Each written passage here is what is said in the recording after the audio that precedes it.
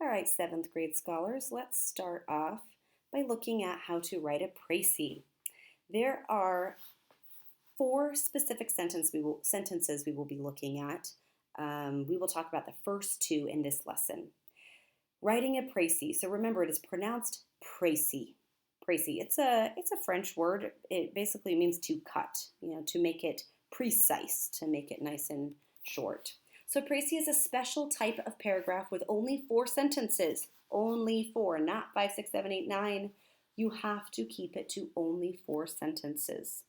The actual definition of précis is it's a concise summary of essential points, statements, or facts. There are only four sentences. Each sentence has very specific things that must be included in that particular sentence. Well, this is just following a pattern, you guys. Do not switch these things around or mix up the sentences. Just follow the pattern. A précis is not the time to be creative. There are slight things that you could do to get creative with your writing, but mostly you will just be following a pattern or a formula. So the first sentence one will have 6 things. Whoa, 6 things. The first sentence will have the author, the author's credentials, or just basically why are they important. So if we're talking about Langston Hughes, we would say he's a famous poet. We don't have to get too deep into who they are. Just a real short general thing.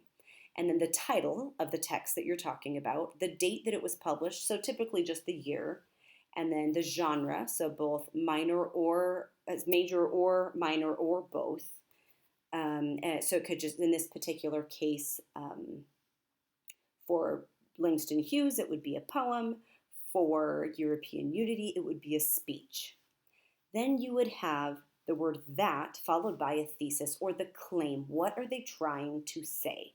All of that will be in the first sentence. So let's take a look at what that looks like. 6 things is a lot to put in one sentence. So as you're starting out, just follow this pattern. You're going to have in the, and then the genre. So in the poem or in the speech, and then you say the title of it with the date. So in the speech, European unity is in 1947, George C. Marshall, Secretary of State, writes that, and then you would have the thesis. So we'll get into that later. I'm going to give you an example of the poem for The Negro Speaks of Rivers in just a moment. So you see, this is your formula, or this is your pattern. All the blue-green words and the brackets, that's just the missing information. So this is how you would start it in the, and you fill in those little blue-green spots, and you leave the white that's there already. So there's your little hint. So if you really want to get creative with the verb. So here's the verb, writes, and you could say something like discusses or argues or states or suggests or defends, that kind of thing. So this is where you would get creative, as changing the verb to make a point. Okay, next. Here's your example. In the poem, The Negro Speaks of Rivers, 1920, Langston Hughes, a famous poet, writes that his African heritage is rich like rivers, and he has pride in the people from whom he came. You recognize this poem that we've discussed in class? So here it is again with the 6 things marked. In the poem, there's the genre, poem. The Negro Speaks of Rivers is the title. The date, 1920. Langston Hughes, author, a famous poet. Those are his credentials, a famous poet.